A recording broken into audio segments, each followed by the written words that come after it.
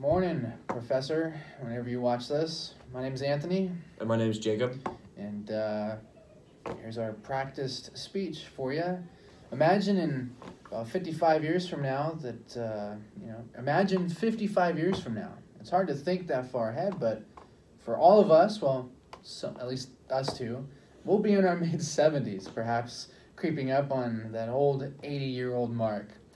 But what happens when you reach that age and you can't do as much as you used to? You can't mow the lawn, you can't take out the trash that well, and heck, you can barely even see the TV if it weren't 100 inches, because let's face it, 50 years from now, they're going to be 100 inches, no doubt about it. If you think about it, if somebody if somebody at the age of 75 lived on their own, how could they do it? Some can, but most can't. That requires responsibility from the family and loved ones to help out. But if someone who's in their 70s doesn't have that, what happens? And most of those folks, you send your grandma or your grandpa to a nursing home or an assisted living facility and call it good. But most times, most times, families often forget about their loved ones in nursing homes, and they just sit there and sulk away the rest of their days until there are more days left. But you have the power, you have the opportunity to change that reality. We all do. And that's why Jacob and I are asking you to volunteer at a nursing home or an assisted living facility near you. All right. There's been great strides in modern medicine today that has not only increased the quality of life, but also the quantity of it. People are living much longer than they used to. This sounds very positive, except for one thing. People are living longer. This does not mean that they will not be able to live alone. Families are not as close as they used to be, where younger generations care for elderly. Now families are busy filling their time with organization activities like football practice, dance, karate lessons, and no one is available to take care of someone that may need constant care.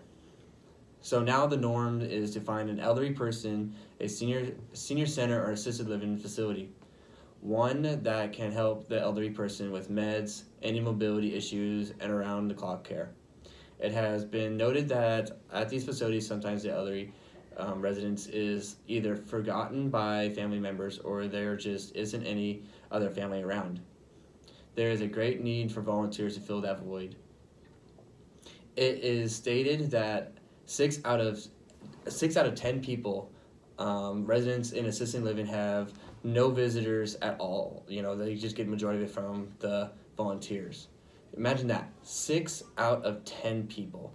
Only 4 people get visits, and that does not tell you how often they are visited and if the visits are beneficial or not.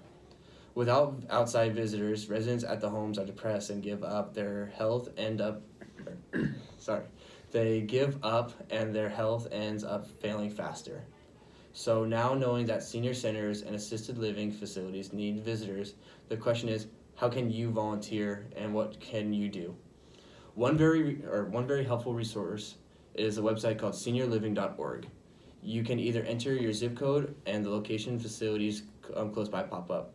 It is important to note that differences are the different types of facilities. Some are assisted living, where residents are able to get around and can participate in activities, where others are more of a home where the residents are bedbound and may or may not be fully aware of their surroundings.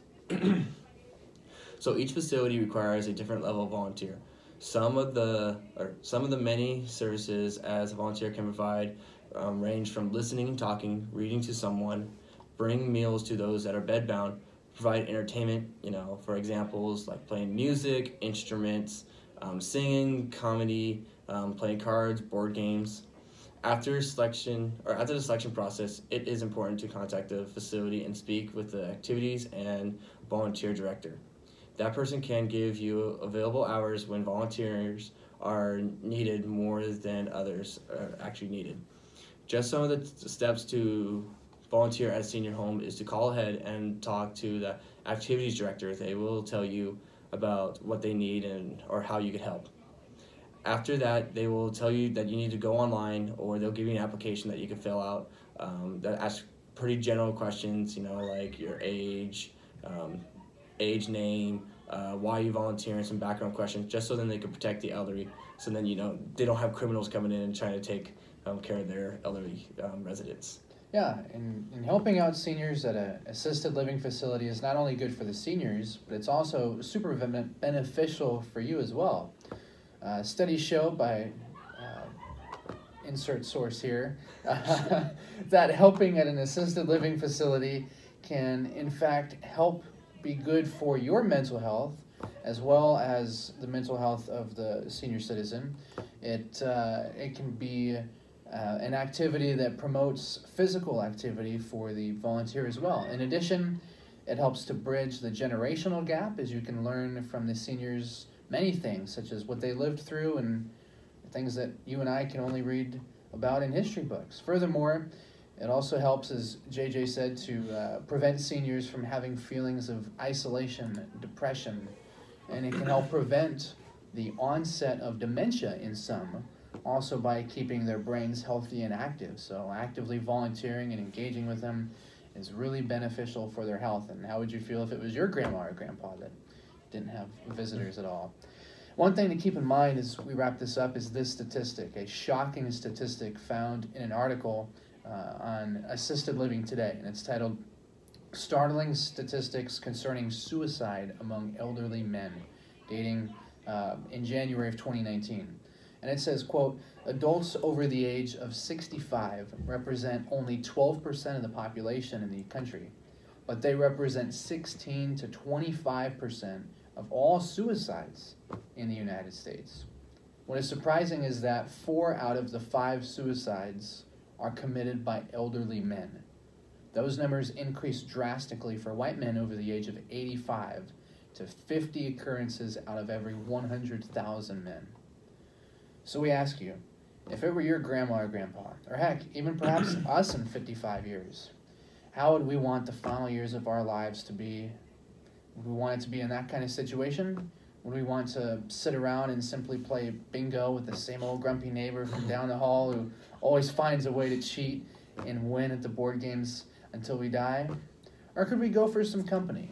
Some friendly faces to come around and wheel us around when we're in wheelchairs, to share our stories with, and to simply teach others new things we thought we'd never know. It can be sad, or it can be a happy time for all involved, both the seniors and the volunteers.